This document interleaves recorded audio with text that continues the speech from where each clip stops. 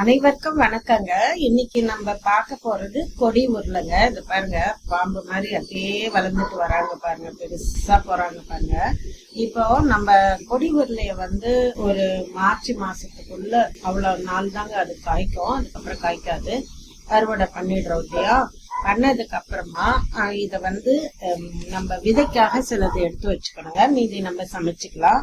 இதுல வாய் தொல்லை எல்லாம் கிடையாதுங்க. அந்த காலத்துல இததான் உருளைக்கிழங்கா பயன்படுத்திட்டு இருந்தாங்க. இது மண்ணுக்குள்ள இது மாதிரி மண்ணுக்குள்ள இது உருளைக்கிழங்கு மாதிரி விளையாதுங்க. இது பாத்தீங்கன்னாக்கா கொடியில காயா வளருங்க, நிறைய காய்க்குங்க. நான் நிறைய போஸ்ட் போட்டிருக்கேன். கொத்து கொத்தா அப்படியே ஒரு கொடி ஃபுல்லா நிறைய காய் வைக்குங்க. ஒரு கொடியில ஒரு 50 உருளைக்கிழங்கு கூட நம்மளுக்கு கிடைக்கும்னு சொல்லலாங்க. இது பாருங்க, இத நம்ம சமையலுக்கு உபயோகப்படுத்துறது போக நம்ம விதைக்காக சிலது எடுத்து அப்படியேங்க ஒரு நிழலான இடங்கள்ல ஒரு கிச்சன்ல ஒரு ஓரம் கூட வச்சிடலாங்க.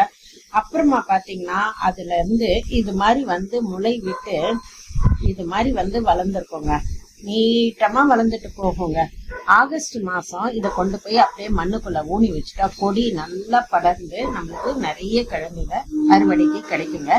நீங்களும் உங்க வீட்டுல இந்த மாதிரி மார்ச் மாசத்துக்கு அப்புறமா லாஸ்ட் கிழங்க நீங்க வச்சீங்கன்னா இது மாதிரி நல்லா கிடைக்கும். நம்ம இத மண்ணுல ஊனி வச்சா அதுவும் கடைசியில மண்ணை தோண்டி பார்த்தா பெரிய கிழங்க நம்மளுக்கு கிடைக்குங்க.